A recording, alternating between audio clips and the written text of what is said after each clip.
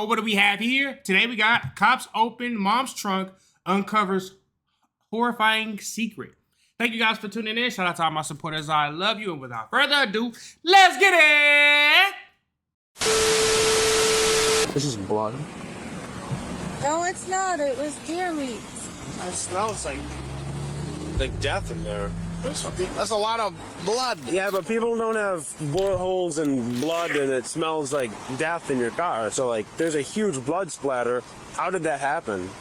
On May 20th, 2022, in Mound, Minnesota, a bizarre traffic stop reveals an unimaginable secret hiding in plain sight, setting off a twisted series of events that will end in an unspeakable discovery.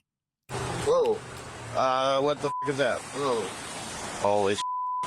The following is based on official police records. What did they see? Just after 7 a.m., the Orono Police Department was contacted about a suspicious vehicle driving without a tire and with the back window smashed. It doesn't take long for officers to spot the vehicle and initiate a traffic stop.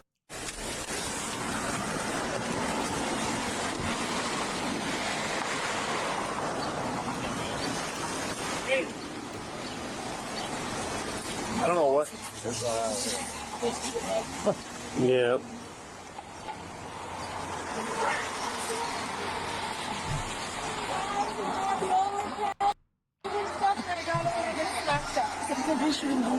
What's going on? Were they speeding? Well, you don't have a tire. Oh, I know. I'm going home right now. You're going where? I'm going home right now to get. Okay. Do you have a driver's license on you today? Do you guys mind? Can I give you my driver's license once I drive home? No. The woman's That's not how that license works. identifies her as 28-year-old I wish that's how that worked. Julisa Thaler. I would have got on so many tickets. She claims that an hour ago, teenagers shot at her car with BBs, causing the damage to her tire and rear window. Look at the BB right there. On the front of the dashboard. On the outside of the car. On the outside of the car. Right there. On the outside of the car. If the woman's story isn't strange enough, one of the officers has already noticed something concerning. Do you have any guns in the car? Because I see a shotgun shell right there. No gun. No guns in the car? Nope. Okay. So, I'm not 100% understanding your story. Could you kind of explain from the beginning? Sure. I was sitting in the Alano AA club and some kids started shooting paintballs and broke the tire on my car. I said, "Excuse me, you guys, what are you doing?" And they ran off. Oh. So now I'm She said BBs, now it's paintballs. Which one is it? driving home to put a new tire on. And I need to get there before my hub goes. Well, they must have been doing something because it was really, really, really, really... Why is your hand all bloody? Because I was just... itching a spinner. You're what? I have a thing. I'm really having a funeral issue. Okay. Let's just get it. Yeah, why don't you step out of the car for me? Oh, why do you need my car key? Why don't you step out of the car for me? Step out. We're gonna go around over here behind your car. Okay. What's up? She acted weird as hell. Trying to understand what's going on, the officers ask her to detail the events leading up to this moment. Julisa explains that she spent the previous evening filling Instacart orders from 10 p.m. until 6 a.m. before meeting with her Alcoholics Anonymous sponsor, where she says her car was vandalized. You guys, are you trying to search me or something? Oh, because you have blood, I'm just think of blood. I don't know. You have blood. It's from my feminine height. Answer a question on this one. Sure. Do you have any mental health problems? No, sir. Nothing. No, none. I actually have a doctor's note from my psychiatrist, for, I think, custody court. Okay. And they said I'm in good mental health, no problem. Okay. You're being kind of rude. Well, I really need to get home. I'm worried because this looks really bad. And kids shooting paintball guns doesn't do this much damage to somebody's car. Hell no. So I'm worried about you. I'm concerned for you. You've got blood on you. That might be from... I mean, they were throwing paintballs and rocks. Deciding they need to discuss the situation among themselves, the officers tell Julisa to sit in her vehicle. She's gonna leave on us, I guarantee it. Let's get her keys, though. Give me 1 second. Hold on. Can you go stand there for a minute? Yeah, just one question. You guys need a warrant to search my car. I'm not searching your car. What's up then? Can you go over there so I can do what I gotta do? I ain't gonna lie. You telling them they need a warrant to search your car is gonna prompt them to want to search your car. Okay, hold on, wait a minute, hold on. What? What you smell? You see this? She nervous as hell. This is blood. No, it's not. It was deer meat. How the hell does the top of the back window get bent like that? Deer A meat? whole bag of ravioli and groceries over here. Shoot it. Let me see your hand for a second. Can you just show your hand to me? How about the other side? It's just dirty. It's Okay. not bloodier. It smells like death in there. It's What? deer meat. Oh Lord, please don't tell me I think it what I think it is. Doesn't it? Yeah. I mean, No, I'm sorry my car is a mess, but you can't really be mad if you get off the road with it. You guys are being really rude. Oh my God, look up in there. Okay, this is like, did you look up?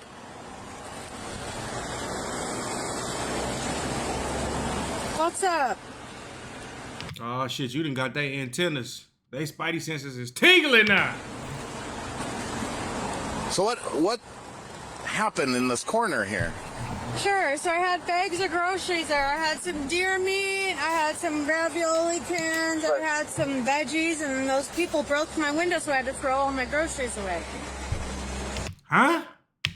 Let's start 06 and just, yeah. What's up? So nobody else was in here today with you, right? No. Nobody. No. Okay. Why? What's up? Well, we're trying to figure it out. There's a lot going on here. That's a lot of blood Blood. or something. where's the deer now? I threw it out. Why That would have been a perfect time to say, oh, what do we have here? would you want it if there was a full blast? We got a few things to look into. What do you need to look into? It's not a crime to get vandalized. I'm told. I want to go home. Okay, just look at the totality of the circumstances. Yeah, people get in car accidents all the time. Why? Yeah, but people don't have bullet holes and blood, and it smells like death in your cars. Fine, pal. What do you have in your trunk? Nothing. Nothing in the trunk at all? Nothing. There's no deer meat or anything in the trunk? No, sir. A supervisor arrives on the scene and Julisa immediately relays the same story. Sorry, I was wondering if I could just get like a ticket. Or maybe no tickets would be awesome. Would you be able to get my ID back from those guys? They seem to be holding up with their names. Okay. Well, will you stay here? I'm just going to look at your tire just to see how it is, okay? The tire is fine. There's just no rim on it. How the fuck she ain't got no rim on her tire? And then you can see there's a pattern of blood. Finally, the supervisor takes a closer look at Julisa's missing tire. Oh, this can't be driven. There is no tire there. All right. And the rim about to get ate up too. Prior to being pulled over, Julisa was spotted at a Shell gas station. The unusual state of her vehicle drew more than a little attention, with one witness even capturing a Snapchat video. To me, I mean, that right there, it looks almost like a bullet went through and hit a head because it almost looks like there's some sort of matter on the back of that seat. Right. That's something bigger. So, Though they're on the right track, the details of the incident will be beyond anything they could have imagined. For now, the supervisor heads back to his vehicle to call for a tow truck. The shotgun shells. Talk to me about the shotgun shells. Why is one spent, one's not spent? One's for target practice. I don't know, my boyfriend drives it car, but not very often. Whoa, what are you doing? What do you mean? Excuse me. Just taking some pictures. Excuse me. I don't want anybody in my car. We're not going in I'm your not car. hiding anything, but I just don't want you guys climbing around in my car. We're not climbing around. As Julisa's strange behavior continues, the officers spot another disturbing. Hold on, isn't that guy that used to work for Jerry Springer? He a cop now? I thought he had his own show. Detail. Notice how there's drops on the outside of the car too. Is this from the deer meat too? Probably. There's a big bag of it. It went. How did it get out of? How is it on the outside of your car and the inside of your car? I'm not sure. Julisa's lack of an explanation does nothing to quell the officer's growing suspicions. I mean, she said she had deer meat stat out, but the way that that blood splattered is not from deer meat. It's deer meat. No, in fact, it looks to me like a backseat passenger that got hit, honestly. It looks like a shooting happened. The officers can see a large hole in the backseat upholstery between the head area and backrest. Even with this concerning discovery, the supervisor has made a decision. So right now, all right, I don't have any, you're not under arrest, you're not being detained, but we're not letting you take your vehicle right now. We're impounding your vehicle. I'm sorry. I don't approve of you taking the car. I object to that. I know it's an unfortunate thing. You're talking over me. Well, I can't let you over by your vehicle right now is the thing, okay? You're impounding it? Yeah. No, so right now, Vanessa, I can't let you buy your vehicle right now. Right now, it's under my custody. Okay, well, I need my money, I need my phone, I need my car. Okay. My house key. It's cleaning. Okay, no, I can't let you back to the vehicle right now. I am more than happy. I'll get my money. Do you not know he is like the superintendent? He a boss. He got power. I think your ass should chill. More than happy to get you your phone out of the car, okay? But as of do you want? You get it? Would you like a ride today? You. Would you like a ride? Yes, please. I would love a ride. Though she accepted the ride, Julisa continues to oppose the officers impounding her vehicle. You arrived at this time. You are free to go. Awesome. Well, the car is actually drivable. I got it. So I was wondering if I could just drive it. Nope, not right now. Why do you need it? Because I believe that there contains evidence of a crime. I have probable cause to believe that, and also you have no front left tire. Gotcha. I have a phone in there that I need. Yeah, anything that's in the vehicle right now is staying in the vehicle, unfortunately. Thank you. I will sit in the back. You guys take your time around here. I have things to do, and you pull people over for having cracked windshield. It's so horrible. It takes only a few minutes to arrive at the apartments where Julisa lives. She's dropped off at 8:25 a.m. I gotta let you out though. Thank you. Yeah. Shoes and all are in there. Look at all. I wanted to thank you She seems like she's off her rocker a little bit. for your time. Yeah. When did I get my car back?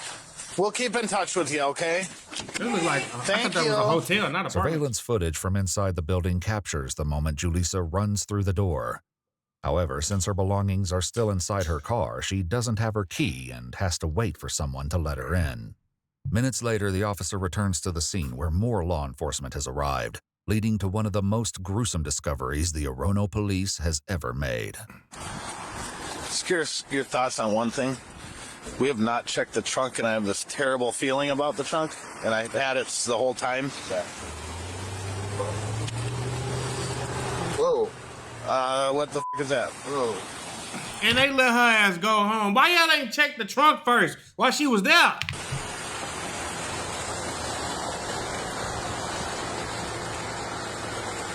That might be the deer meat that she took out of the car and put in the trunk. Watch yourself. That gun, we don't know if it's loaded or not. Inside the trunk, they can see a shotgun.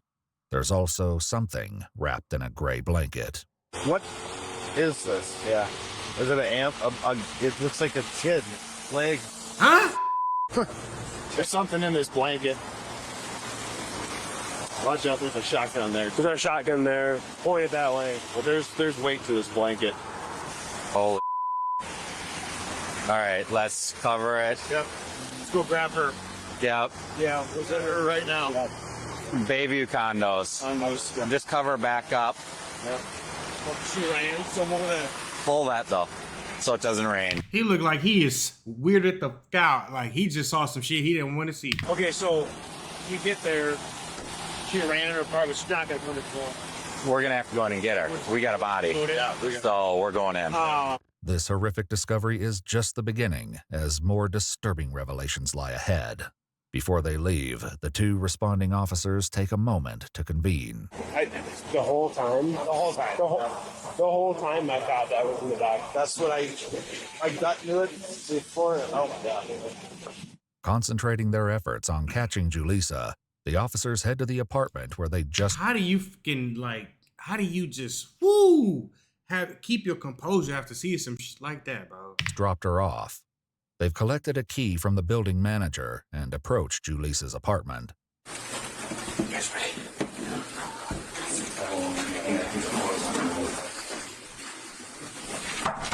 Police, come to the door!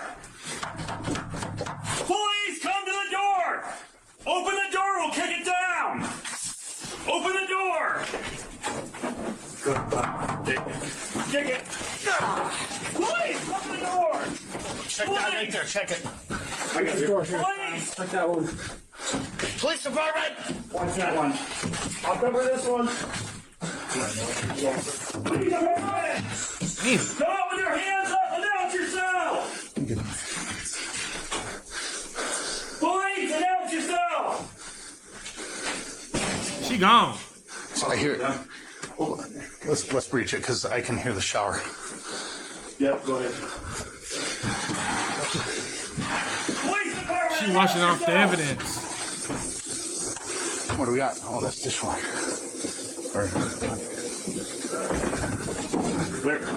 Police, show us your hands. She out of there. Though they find a washing machine running, there's no sign of Julisa. You two want to go look around the building and see if you can find her? Yeah, she's got to be around here somewhere. At 8:45 a.m., 20 minutes after she returned home and just 5 minutes before police arrive, Julisa is caught on surveillance footage at the back of the apartment building. And she isn't alone. Leaving right behind her is 27-year-old Rob, the man she told police was her boyfriend. Utilizing the building security footage, they quickly spot her and Told y'all she was realize gone. she's already gone. We have target individual leaving with a male with a large backpack. What you got? Right by take you out. Right across the road. Right back there. Right across the road. She already knew what time it was when she see the police.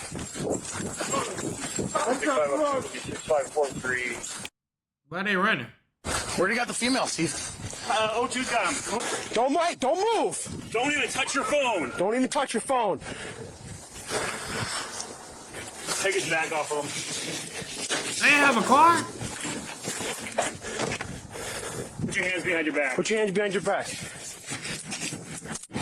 What am I doing? I didn't do anything. You're being detained right For now. what? For what? I didn't do anything. Investigation. We'll explain to you a little What bit. are you talking He about? ripped his drawers. doing? This is a legal search. It's all It's not an illegal It's all illegal. It's all illegal. It's all illegal. I didn't do anything. I was just walking. That's all I was doing. What the f*** are you talking about? What am I under arrest? Okay, go and see. Hey, where did my boyfriend go? Is he in that one? She can't be in her right state of mind. It's good Yeah, my I way. had a It's good my way talk more. with him. You had to talk with them. Yeah. What'd you learn? I learned that he is not in the. That's not what? I learned that he's not in the. Okay. Hey, what the f***? Draw up on me. What the f*** is this? We're gonna go around this way. What the f*** is this for real? Wow, man, you guys are dumb. Was there something?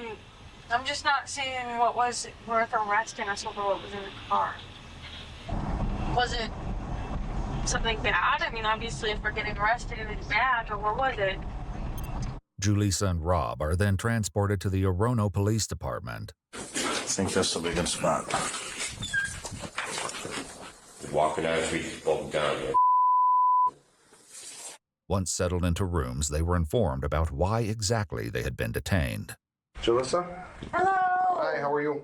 Good. How are you doing? All right, remember me, I'm Investigator Kirshner. We talked down there. Yeah. Hi. So right now, I'm here to inform you that you are under arrest. For what? Okay? You're under arrest for suspicion of homicide right now. For what? Yep, for suspicion of homicide. Homicide of who? So that's what we're gonna work on that to figure that out, okay? Robert, Yeah, what's up, man? I'm Investigator Kyle Kirshner. I'm here with the Orono Police Department, okay? Yeah, what's up? So, right now... Yep, so right now you are under arrest. For what? Okay? As of right now, we're conducting a homicide investigation. What? Yep. So right now you're considered a suspect in a homicide investigation. So it's suspicion. Later that same day, Julisa is brought into an interrogation room to speak with investigators, where a shocking story will soon unravel. She's been read her Miranda rights and agrees to speak. So right now, the investigation that we're conducting involves the vehicle that you were stopped in this morning. Okay. Okay. What do you think was found in the trunk of that vehicle? I'm not sure. What was in there? I think you know. I don't. Oh, can you tell me what it was? Then maybe I'll know why I'm here. There's a dead body in the trunk of that car. A dead juvenile body. Really? Who was it? That's what I can't answer right now. That's why I'm here talking to you right now. The reason why we don't know who it was is because the head was missing. What? Huh?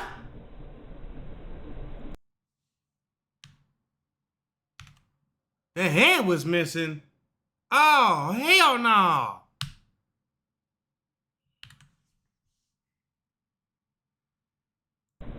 In my car? Police reports reveal that inside the trunk, officers discovered a small body, likely a juvenile 6 to 8 years old, with a wound on the arm. It appeared the body was missing parts of the head and was possibly dismembered and mangled in other ways. We have to forensically identify the body because the face is gone. It's missing its face. This little boy. Little t-shirt on, little pair of shorts. What? Just missing a face. Do you have any kids? I have a son. You have a son? How old's your son? 6. 6 years old? Yeah. What's your son's name? Eli? The police are already aware of Julisa's son, Eli, who she shares with her ex, Tori. Eli had been removed from her home by Child Protective Services on 3 occasions. In an EWU exclusive interview, Josie, Tori's wife, explains the circumstances of why Eli was first removed from Julisa's care. Eli was removed from her home because she was at a doctor's appointment and she had told the physician that she had been hearing things and that she had been having suicidal thoughts. Because of this, Tori had received an email about Eli's removal. He'd previously not been in contact with Eli because Julisa had made multiple accusations against him, which will come up later in her interview. Now, however, he was being informed about his son's life.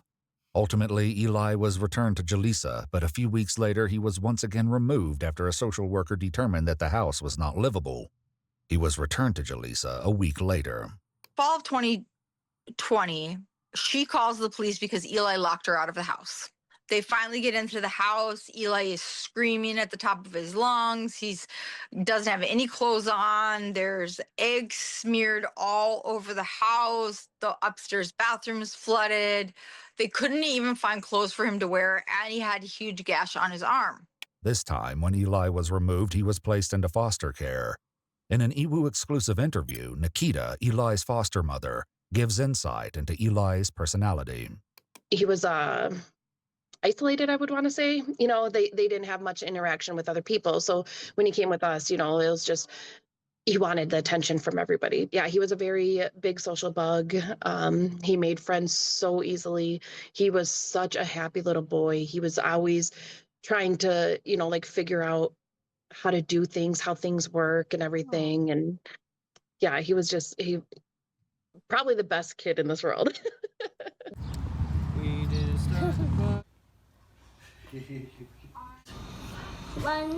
You know, because he was 5 years old when he came to us and he was not potty trained. So we had, you know, just working on the potty training and everything. He, you know, showed a lot of signs of distress because he would always chew on his shirts. And it was so bad to where, like, you know, a brand new shirt would only last like maybe about a week or so because he would chew it so bad that it was so stretched out. In her interview, Josie explains that Eli also had some medical concerns. Eli was born with a rare genetic disorder called Townes-Brocks syndrome. He did have kidney disease, which just needed to be monitored every year. But the biggest thing that you would notice is he wore hearing aids. Though Eli wasn't placed with them, Tori and Josie had unsupervised and weekend visits with him.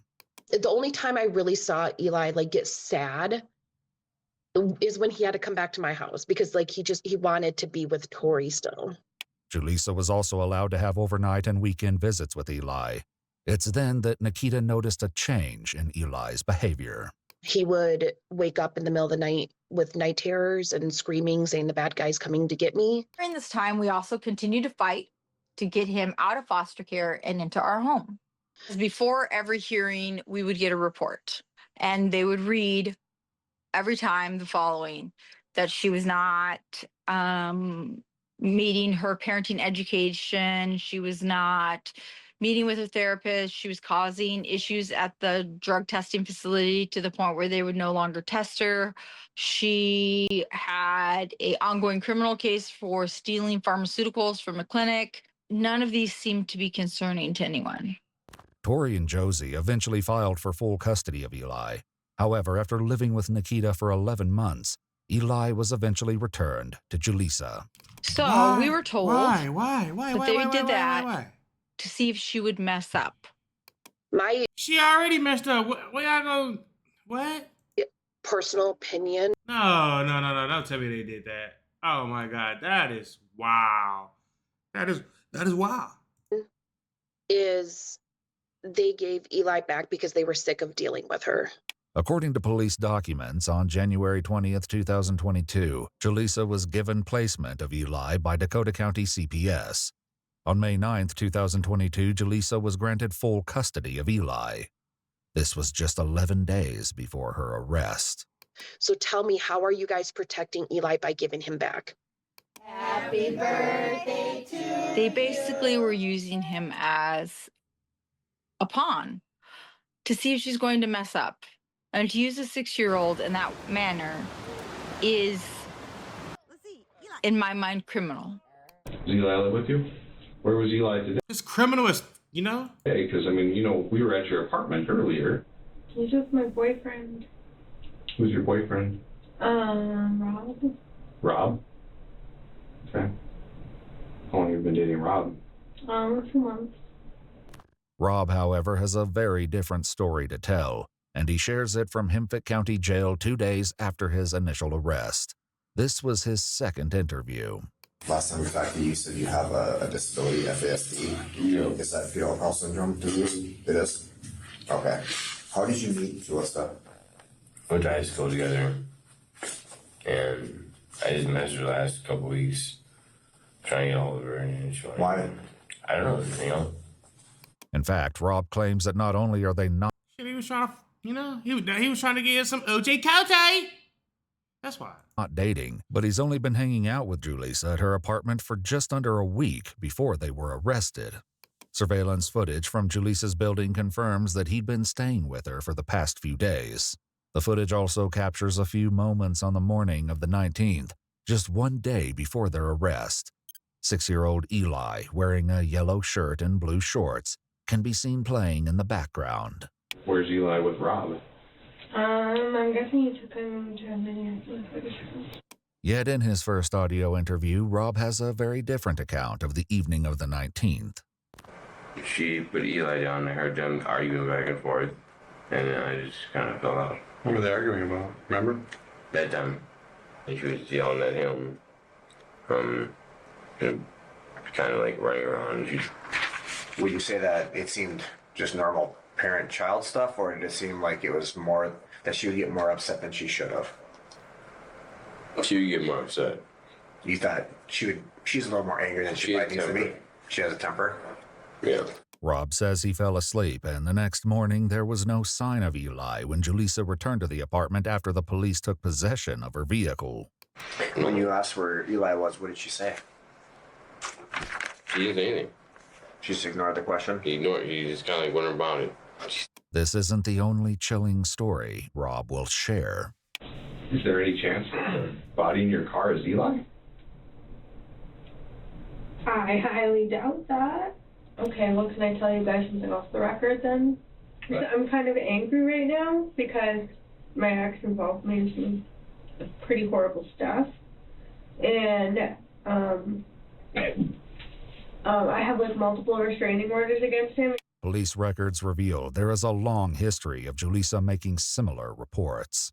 She had history while they were dating, while they were together, of false accusations of domestic violence with Tori. I personally requested a copy of that order of protection from the police department. Got a copy of it just to find out that when they came to do a second interview on her, she admits in her own words that she oftentimes, due to her mental health, accuses Tori of things that he has never done. In her interview, Julisa now makes a disturbing allegation. I was assaulted last night. How did they assault you? They pushed me up against the car and kind of like punch slapped me. Were you badly hurt? I mean, yeah. I mean, you need to call them, but it was fine. So it was a sexual assault? Yeah. I left there for a reason. How come you didn't tell me that this morning? Earlier that morning, the officers had asked Julisa about this very subject. Is any of this that's going on here related to domestic violence? Maybe those kids could have been, but So, I want you to be honest with me, okay? Shoot me straight. Is any of this related to domestic violence? no, I don't think so. I held a gun to my head. There's a gun now? The topic of guns is also raised in Rob's interview. What he shares paints a harrowing picture. He explains that on Tuesday the 17th, Julisa had him drive her to a gun store where she purchased a shotgun. She just said she wanted to buy something so she can protect her from wrecks. They then took it to a gun range. He was kind of dumb to shoot a gun and shot it on the ground a couple times. Scared the fuck out of me. She shot the gun into the ground? Yeah, I thought she was going to shoot me. Why did she shoot it in the ground? I don't know. I thought she was going to shoot me with it. What did you say when she did that? I was freaking out. Did you say anything? I flipped out on her, kind of, not that bad, but just kind of like, why'd you do that? And, you know, you're going to kill somebody. And that's after she'd done some target practice. Yeah. I can tell she doesn't know how to shoot a gun. Tell she can't shoot that shotgun at all. In his first interview, Rob admitted he believed Julisa bought the gun for more than protection. What did she talk about she was going to do? Kill her ex-boyfriend all the time? She was going to what? Kill her ex-boyfriend? Kill her ex-boyfriend? Oh, damn. On the morning of the 19th, the day before her arrest, Julisa visited the all-season sports store in Delano. Security footage shows her talking to an employee, and he later spoke with investigators.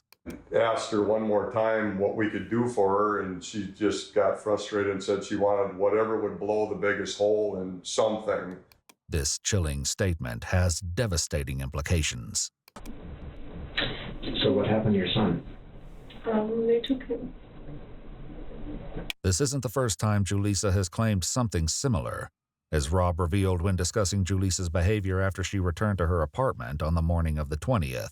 She didn't. She was just like yelling at me. She said, they took him. They kidnapped him, this and that. I don't know what you're talking about. And we don't know where her son is right now. We have no idea where her son is. Well, we do. Yeah, we do. But she doesn't, but she wants the lawyer. That's her story. Got it. Yeah. Okay. Got it. You're treating me like a criminal. This isn't just some story I made up last minute. Like, this is really happening. Julisa, I'm just gonna, you're here and arrested and will be booked and charged with murder. What? You were the last person to be seen with your son. That's not true. I just told you I was raped. Though one interview has ended, the most disturbing aspects of this case are just coming to light. 2 days after her initial interview, Julisa once again speaks with investigators. Hi, guys. Hey, Julisa. What did you find out? Really don't enjoy being in jail when I'm innocent.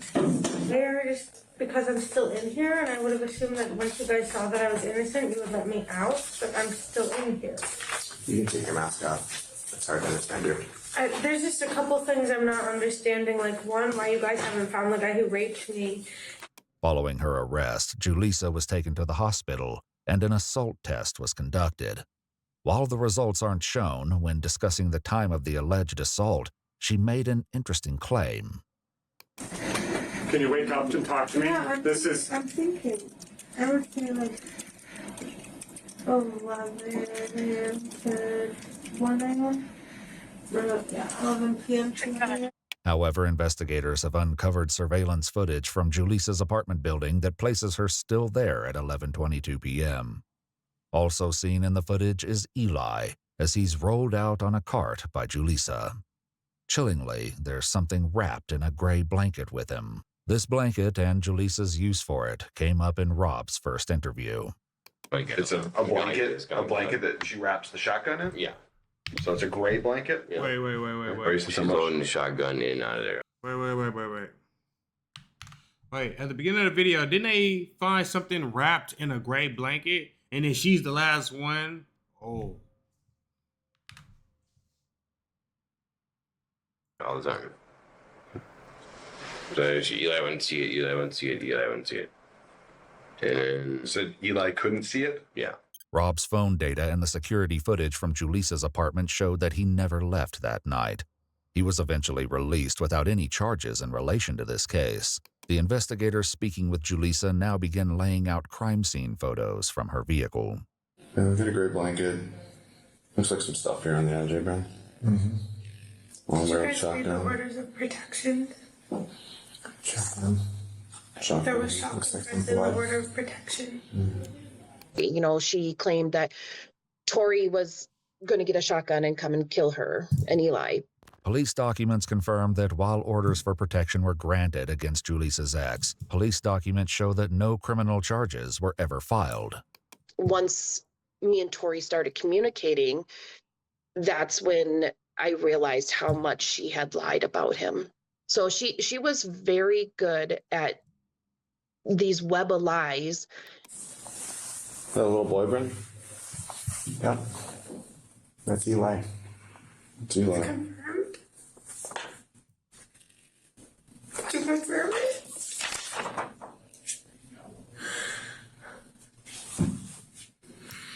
It's Eli in the trunk of your car. He's such a good person.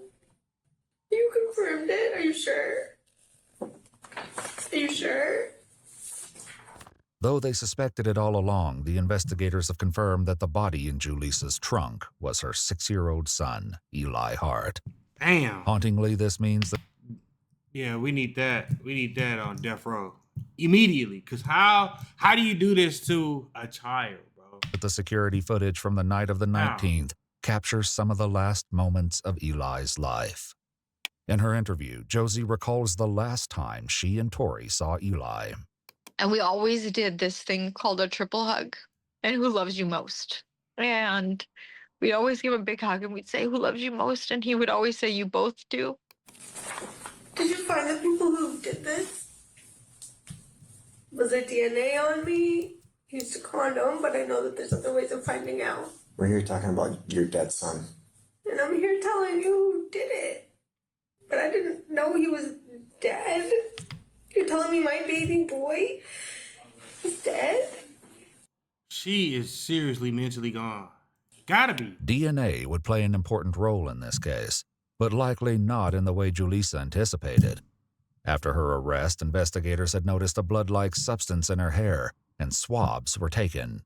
It was tested and found to be a match to the DNA profile obtained from Eli. This dumpster is where we recovered a lot of his head, brain, tissue. This is the same dumpster that we have witnesses. That's this car with no tire and a broken up window, describing you dumping all this stuff in. Immediately following the discovery of Eli's body in Julisa's trunk, a few of the officers were approached by a witness who saw something concerning before she was pulled over. What was she dumping? I don't know. I drove in. She was next to the dumpster. She was, that dumpster, the Shell station up there. Following this tip, investigators checked the dumpster at the gas station. My question is this: where the fuck was she going? Yeah, what are you gonna do with it? What in the world? Documents indicate that they found a large amount of glass on the ground mixed with evidence consistent with a blood-like substance, suspected brain matter, skull fragments, and bodily tissue. Inside the dumpster were 2 large cardboard boxes with body tissue and brain matter on top. Wow. There was also a backpack with suspected skull fragments nearby, brain matter, pieces of skull, and blood on the bottom. Inside the backpack, investigators found schoolwork with the name Eli on it. As horrific as these details are, they are just the tip of the iceberg. Huh? Other witnesses who saw Julisa that morning described her strange behavior to investigators. She turned and looked at us, and we went, whoa. She's not like, there was just like this weird vacant look on her face. I saw her walk, she was walking towards the car. She was coming out of the garbage can area. And then she had something, and she walked over to like the woods, like she walked wide of the car towards like the woods area. With this in mind, investigators realized Julisa hadn't dumped evidence just at the gas station, but at several other locations as well. At Surfside Park and Mound, they found towels with blood, hair, and yellow kitchen cleaning gloves that were turned inside out, as well as bone and tissue fragments and a suspected shotgun wad in a grassy area on the north side of a driveway. In a dumpster, they also found a child's car seat. Horrifically, it was covered in suspected blood, brain matter, hair, and tissue. Along with this, the GPS data from Julisa's phone placed her device in the proximity of 3 known crime scenes. As well, surveillance video from the Mound Skate Park at 6:58 a.m. showed Julisa driving in before leaving again. As this was just 17 minutes before the police pulled her over, there's a chilling implication about what may have been dumped there if someone else had not already been at the park. We're here to investigate Eli's death for him. We're here to get answers for him. Because we think who's an important person in the world. Because we think he deserves it. He deserves everything. He's not actually. How could you do this to something that you birthed? I would never have the answer for that. It would never be a good enough answer for no shit like that. Like, come on, man. They got so much, bro. So much. Like, how do you know? You know he is. How do you know? You know he is. You're making assumptions. How do you know that I know? Police documents state that in the months leading up to Eli's death, Julisa researched life insurance, including the search, "I'm looking for the highest possible life insurance for me and a rider for my child." She received a text message on April 13th, a little over a month before Eli's death, indicating that she had applied for $500,000 in life insurance coverage. 8 days later, Julisa passed her concealed carry course. This isn't all that her search history would reveal. Tragically, Nikita had contacted CPS hundreds of times about Eli, and she wasn't the only one. From what I've heard, somebody in the apartment complex that she lived in, as well as teachers, had called CPS to notify them of different situations. The complex resident or manager, somebody, had called them because Eli was out on the balcony in the middle of the night just screaming. Police records state that Julisa's search history also included things like how to keep child away from dad in CPS, how much blood can a 6-year-old lose, most powerful knockout drug, how much whiskey to give a baby, payment from life insurance if child dies, most expensive life insurance for child, qualifying accidental deaths, does life insurance cover drowning, and how to commit crime and blame child. I want you to know that this baby boy is the most important person in the world to me. I would never hurt him. I would never do anything to him. I protect him. In a later recorded jail call, Julisa spoke to her father, and police documents state that he told her, quote, "I warned you, I begged you many times for this not to happen. I knew you couldn't be a good mom." Her father also spoke to police, and official records state that he told investigators he has been terrified of something happening, and that he was so happy when she lost custody of Eli. He also stated that anything she tells you is a lie, and I think she did this to hurt Tori. She did not want him to have Eli. In her interview, Josie recalls the moment they found out about Eli's death. Eli is dead. He's been murdered. Tori is like in a corner with these primal sobs. He is my world. He is so kind. He deserves really good things. He's not a bad person. He doesn't deserve bad things. He deserves people to give him hugs and snuggles and people to protect him. He doesn't deserve this. That I learned that he was shot 9 times with a shotgun.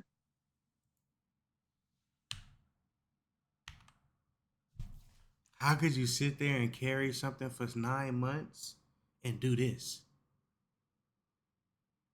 This is just heartbreaking. Death penalty. For sure. For sure. Automatic. At point blank. While strapped into his car seat. Can't move. On the backseat of his mom's car. Julisa Thaler was charged with murder in the first degree premeditated and murder in the second degree with intent not premeditated. She initially pled not guilty to both charges. Following Eli's death, Josie and Tori filed a lawsuit against Dakota County and the social workers involved in Eli's case. When we filed that lawsuit against all of those people for wrongful death, negligence, Survivors Act, and a 1983 Act, we were the first people to ever do that. They didn't know what to do. They sent it to federal court. According to news sources, Tori and Josie accepted a $2.25 million settlement. Julisa Thaler was eventually convicted for both premeditated murder and intentional murder and sentenced to life without parole. During her sentencing, she told the judge, "F you all, you're garbage."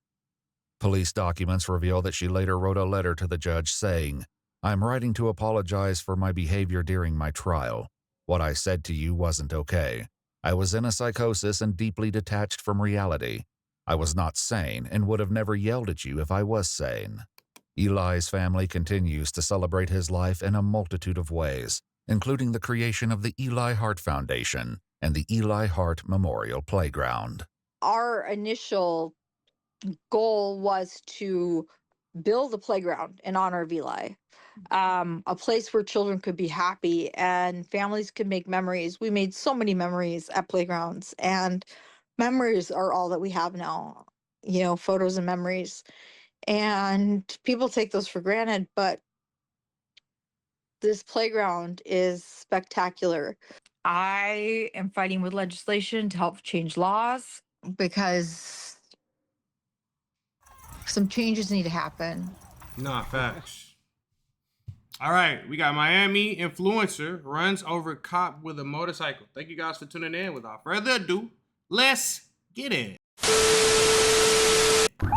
How stupid do you gotta be to do some shit like this, though? As an officer steps out into the road to stop a motorcycle for running a red light, the cyclist does the unthinkable. Oh.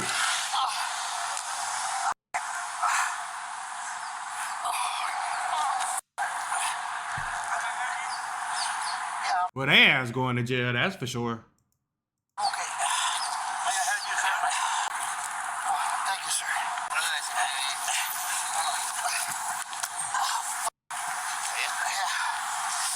I just been struck by a vehicle, fled from me westbound. It's going to be a motorcycle, gray in color, occupied by 2.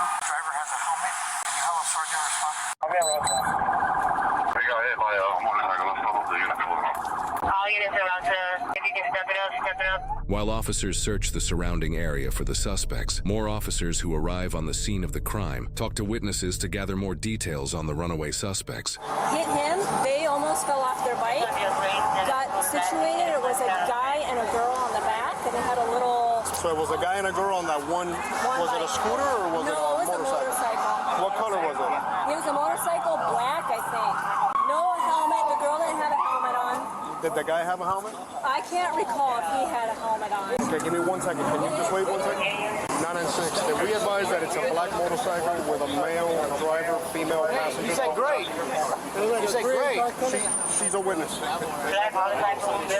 Did they have something yellow on the back? They had like a box of something. I don't know what color it was. 996. They had like a box in the back, some sort of box in the back of the motorcycle. I didn't quite see him. They took off fast. God damn, who is that? She thicker than a bowl of oatmeal. Do you know what they were wearing? Not really. I'm being no, I managed just right saw now. that it was a male and a female. Would you be able to identify the motorcycle? Maybe I could. I think the female had a white shirt on. 996, the female possibly had a white shirt on, and the female did not have a helmet. Officers in the surrounding area do locate a male and female on a motorcycle. Before initiating a traffic stop, they give their description to see if it matches the witness's account. I got a male, black shorts, green shirt, and a female. She's down. She's got like purple pants on, white top. She stopped over here. She saw the entire thing. She saw Guzman coming out to the street, trying to stop it. The motorcycle hits them. They almost fall off the motorcycle, and they just kept on going. The female, white, tight top. Huh? Hey, come on. He's like disoriented because he was telling me a great car, a stand-up scooter. He was all over the place. He's all over the place, man. Hey, he told me stand-up scooter. Did you hear him first come up? The motorcycle was going. I've been hit. Yeah. Oh, when I got here, he was all over. Complicating matters even further, the male and female on the motorcycle that officers were about to initiate a traffic stop on cause a multi-vehicle car accident, resulting in serious injuries for the female riding on the back. Hey,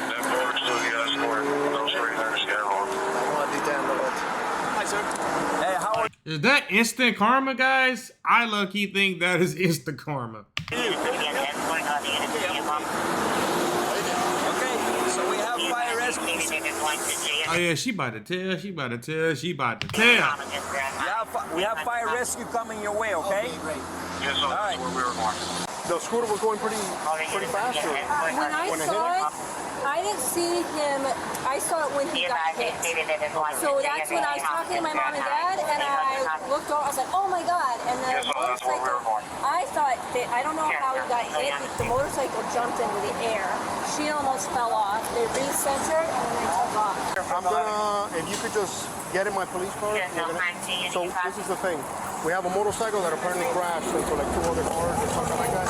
And the female in the back fell off the motorcycle. So I just wanted to pass you by to see if you could ID if that's them or not. Okay, I just parked right there. Let me just make sure. Where are you? Where are you? I didn't pay for parking. Bring it over here. Okay. Put it right here. Bossman, do me a favor. Can you take off your backpack? Stand up for me real quick. Take it off. Damn. There you go. I'm okay. Turn around. Put your hands behind your back. You're just going to be detained for now, all right? Okay. Do you have any firearms or anything like that on you?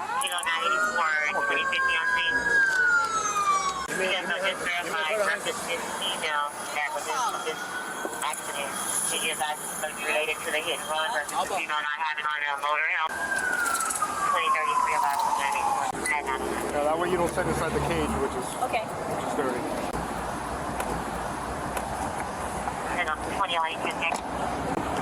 It looks like she might have been trained. I'm en route with a show with a witness. Yes, sir. 04150. Damn, he ripped up. Ooh. That's what happened when you drive like idiots. Suyo, ¿hay alguna pistola o algo aquí? ¿Alguna pistola o algo acá? Okay. Hey there, mommy, how you doing? What's hurting you the most? Neck, back pain? Okay. Helmet was on? Your LOC, El casco no te lo tenías puesto tú. Yo quité ahora. So she did have a helmet. She didn't lose consciousness. It's just the hip. She's just over the hip. We're gonna take her to Jackson Hospital. We have to wait a little bit, okay? We have a unit coming over because they're possibly involved in a class and involved in another officer, criminal. Yeah. Okay.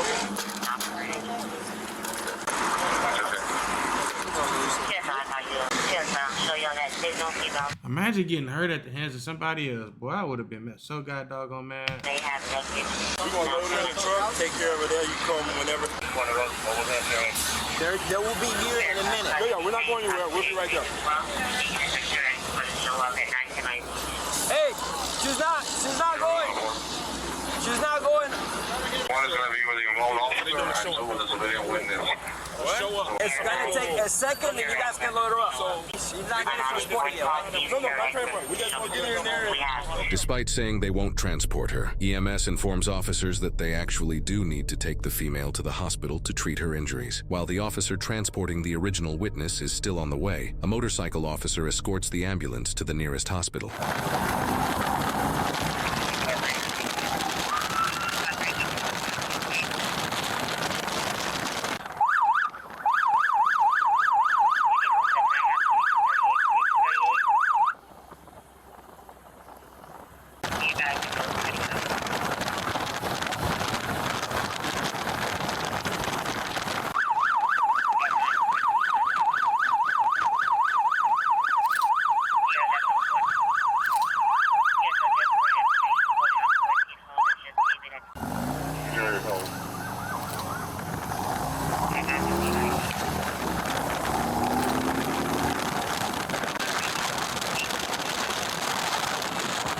Oh, I can't wait to live in Miami. I want a place out there so bad.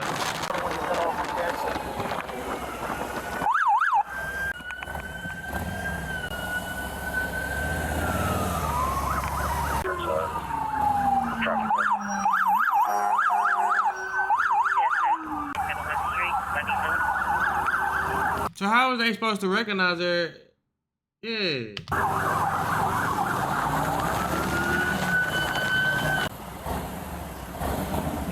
Step out a second and look at the motorcycle. Yeah. And tell me if that is. Yeah. And then that black helmet looks like So yeah, she says that she's pretty certain that's a bike. As far as the female, she says the female had a ponytail and a white tight shirt. Yes. Okay. Okay, so I'll take you back.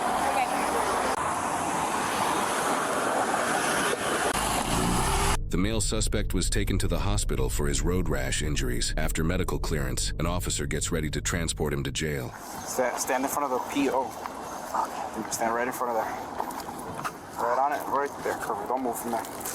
See, that's what you get for being an idiot. You in pain for no reason. Like, bro, come on. All right, let's get it. The left side is hurting a lot. Yeah, unfortunately, they're not made for comfort, and I can stick my whole finger in there. But it's gonna be a quick. It should be a quick drive, okay? Okay. I'm gonna watch out. Go ahead.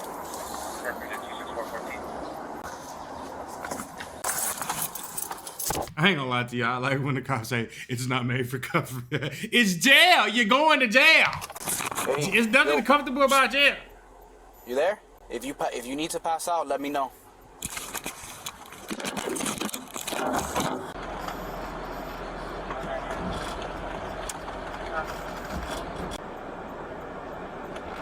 You and that boogie sugar.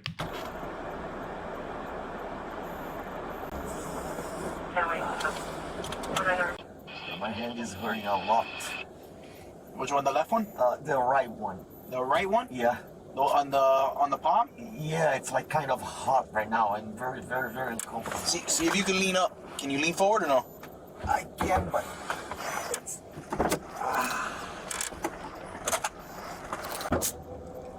You want to take your feet out and all? Stand up for a second or lean on the thing? That's fine. He banged up from that motorcycle accident.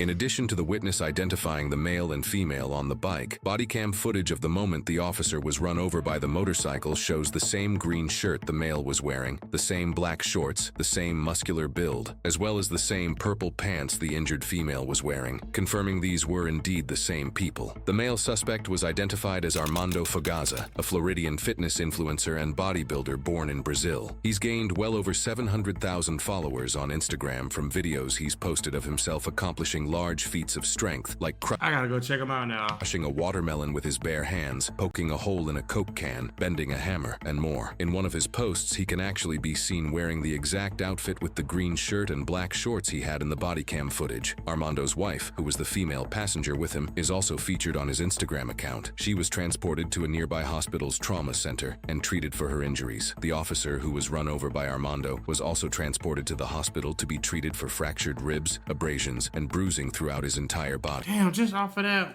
off of that one thing? After fleeing from the officer, Armando's wife later revealed to police that they were traveling between 80 and 100 miles an hour before they crashed into a vehicle, throwing her off the motorcycle. Police have stated that Armando... She lucky she alive. Also has no driver's license, only a Brazilian passport. Armando was charged with leaving the scene of a crash causing serious bodily injury, driving without a valid license causing serious injury, fleeing and eluding a law enforcement officer, reckless driving causing serious bodily injury, and aggravated battery on a law enforcement officer. Bro is out here playing GTA. Totaling 5 felonies. He is also facing an immigration hold due to his charges. He is currently being held in the Turner Guilford Knight Correctional Center with no bond. Court records indicate his trial is set for January 5th, 2026. While he hasn't yet been sentenced, depending on plea deals and concurrent versus consecutive sentencing, Armando could face up to 20 to 60 plus years in prison for his 5 felonies. Damn! He is innocent unless proven guilty in a court of law. There's a certain kind of danger that... That was stupid. Why would you even do that? Wow. That's crazy. Thank you guys for tuning in. Shout out to all my supporters. I love you. And that's it, baby. We out.